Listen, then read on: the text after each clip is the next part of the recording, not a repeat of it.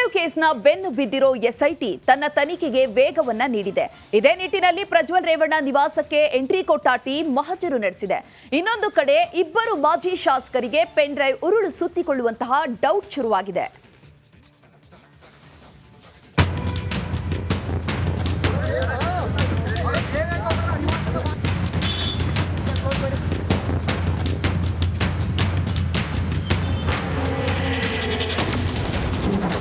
Prajwal pen drive case ತನಿಖೆಗೆ ವೇಗ.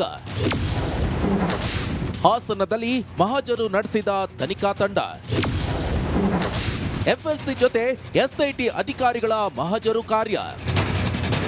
Prajwal Revanna pen drive ಕೇಸ್ನ ತನಿಖೆ ಮತ್ತಷ್ಟು ವೇಗ ಪಡೆದುಕೊಂಡಿದೆ. ಈಗಾಗಲೇ ಸಂತ್ರಸ್ತೆ ಜೊತೆಗೆ ಸ್ಥಳ ಮಹಜರು ನಡೆಸಿರೋ ಟೀಮ್ ಎಫ್ಎಸ್ಎಲ್ ತಂಡದೊಂದಿಗೆ ಅಖಾಡಕ್ಕೆ ಇಳಿದಿತ್ತು. ಹಾಸನದಲ್ಲಿ ಪ್ರಜ್ವಲ್ ನಿವಾಸಕ್ಕೆ ಆಗಮಿಸಿದ ಎಫ್ಎಸ್ಎಲ್ ಟೀಮ್ ಹೆಚ್ಚಿನ ತನಿಖೆಗಾಗಿ ಸಾಕ್ಷ್ಯ ಸಂಗ್ರಹಿಸಿತ್ತು. ಮೊದಲು ಹಾಸನದಲ್ಲಿ ಪ್ರಜ್ವಲ್ ನಿವಾಸ, ನಂತರ ಹೊಳೆನರಸೀಪುರದ ರೇವಣ್ಣ ನಿವಾಸದಲ್ಲಿ ಮಹಜರು ನಡೆಸಿದ್ರು.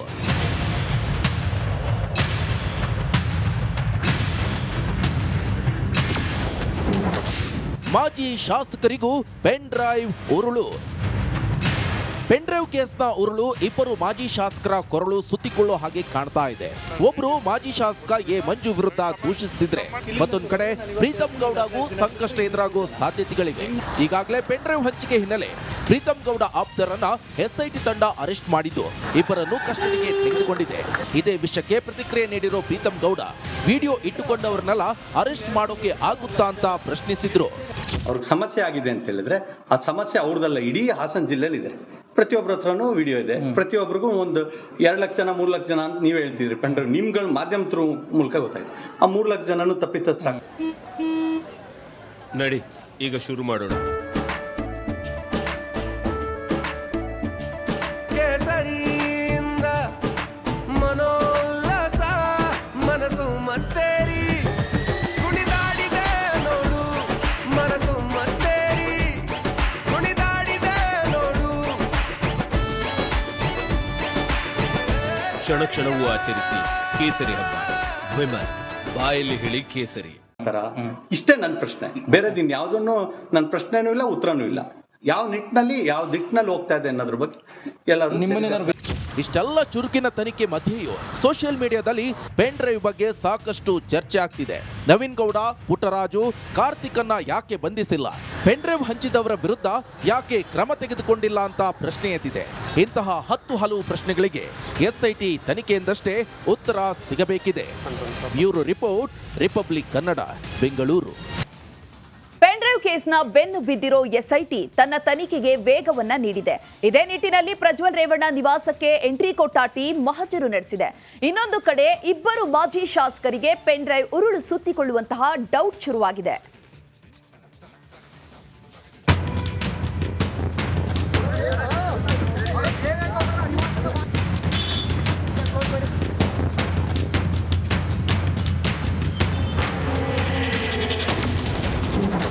ಪ್ರಜ್ವಲ್ ಪೆನ್ ಡ್ರೈವ್ ಕೇಸ್ ತನಿಖೆಗೆ ವೇಗ. ಹಾಸನದಲ್ಲಿ ಮಹಜರು ನಡೆಸಿದ ತನಿಖಾ ತಂಡ. ಎಫ್ಎಲ್ಸಿ ಜೊತೆ ಎಸ್ಐಟಿ ಅಧಿಕಾರಿಗಳ ಮಹಜರು ಕಾರ್ಯ.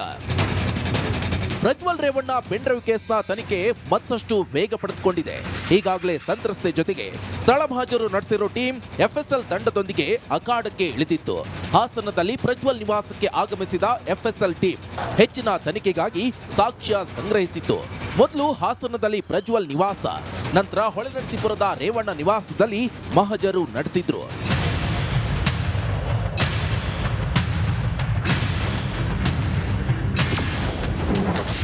ಮಾಜಿ ಶಾಸಕರಿಗೂ ಪೆನ್ ಡ್ರೈವ್ ಉರುಳು. ಪೆನ್ ಡ್ರೈವ್ ಕೇಸ್ನ ಉರುಳು ಇಬ್ಬರು ಮಾಜಿ ಶಾಸಕರ ಕೊರಳು ಸುತ್ತಿಕೊಳ್ಳೋ ಹಾಗೆ ಕಾಣ್ತಾ ಇದೆ. ಒಬ್ರು ಮಾಜಿ ಶಾಸಕ ಎ ಮಂಜು ವಿರುದ್ಧ ದೂಷಿಸುತ್ತಿದ್ರೆ, ಮತ್ತೊಂದು ಕಡೆ ಪ್ರೀತಂ ಗೌಡಗೂ ಸಂಕಷ್ಟ ಎದುರಾಗೋ ಸಾಧ್ಯತೆಗಳಿವೆ. ಈಗಾಗಲೇ ಪೆನ್ ಡ್ರೈವ್ ಹಂಚಿಕೆ ಹಿನ್ನೆಲೆ ಪ್ರೀತಂ ಗೌಡ ಆಪ್ತರನ್ನ ಎಸ್ಐಟಿ ತಂಡ ಅರೆಸ್ಟ್ ಮಾಡಿದ್ದು ಇಬ್ಬರನ್ನು ಕಸ್ಟಡಿಗೆ ತೆಗೆದುಕೊಂಡಿದೆ. ಇದೇ ವಿಷಯಕ್ಕೆ ಪ್ರತಿಕ್ರಿಯೆ ನೀಡಿರೋ ಪ್ರೀತಂ ಗೌಡ ವಿಡಿಯೋ ಇಟ್ಟುಕೊಂಡವರನ್ನೆಲ್ಲ ಅರೆಸ್ಟ್ ಮಾಡೋಕೆ ಆಗುತ್ತಾ ಅಂತ ಪ್ರಶ್ನಿಸಿದ್ರು. ಅವ್ರಿಗೆ ಸಮಸ್ಯೆ ಆಗಿದೆ ಅಂತ ಹೇಳಿದ್ರೆ ಆ ಸಮಸ್ಯೆ ಅವ್ರದಲ್ಲ, ಇಡೀ ಹಾಸನ ಜಿಲ್ಲೆಯಲ್ಲಿ ಇದೆ. ಪ್ರತಿಯೊಬ್ಬರ ಹತ್ರನೂ ವಿಡಿಯೋ ಇದೆ. ಪ್ರತಿಯೊಬ್ಬರಿಗೂ ಒಂದು 2 ಲಕ್ಷ ಜನ 3 ಲಕ್ಷ ಜನ ಅಂತ ನೀವ್ ಹೇಳ್ತಿದ್ರಿ ಪೆನ್ ಡ್ರೈವ್ ನಿಮ್ಗಳ ಮಾಧ್ಯಮ ಮೂಲಕ ಗೊತ್ತಾಯ್ತು. ಆ 3 ಲಕ್ಷ ಜನನು ತಪ್ಪಿತಸ್ಥರಾಗ್ತಾರ? ಇಷ್ಟೇ ನನ್ನ ಪ್ರಶ್ನೆ. ಬೇರೆದಿನ್ ಯಾವ್ದನ್ನು ನನ್ನ ಪ್ರಶ್ನೆನೂ ಇಲ್ಲ, ಉತ್ತರನೂ ಇಲ್ಲ. ಯಾವ ನಿಟ್ಟಿನಲ್ಲಿ ಯಾವ ದಿಟ್ಟಿನಲ್ಲಿ ಹೋಗ್ತಾ ಇದೆ ಅನ್ನೋದ್ರ ಬಗ್ಗೆ ಎಲ್ಲರೂ ಇಷ್ಟೆಲ್ಲ ಚುರುಕಿನ ತನಿಖೆ ಮಧ್ಯೆಯೂ ಸೋಷಿಯಲ್ ಮೀಡಿಯಾದಲ್ಲಿ ಪೆನ್ ಡ್ರೈವ್ ಬಗ್ಗೆ ಸಾಕಷ್ಟು ಚರ್ಚೆ ಆಗ್ತಿದೆ. ನವೀನ್ ಗೌಡ, ಪುಟ್ಟರಾಜು, ಕಾರ್ತಿಕನ್ನ ಯಾಕೆ ಬಂಧಿಸಿಲ್ಲ, ಪೆನ್ ಡ್ರೈವ್ ಹಂಚಿದವರ ವಿರುದ್ಧ ಯಾಕೆ ಕ್ರಮ ತೆಗೆದುಕೊಂಡಿಲ್ಲ ಅಂತ ಪ್ರಶ್ನೆ ಎದ್ದಿದೆ. ಇಂತಹ 10 ಹಲವು ಪ್ರಶ್ನೆಗಳಿಗೆ ಎಸ್ಐಟಿ ತನಿಖೆಯಿಂದಷ್ಟೇ ಉತ್ತರ ಸಿಗಬೇಕಿದೆ.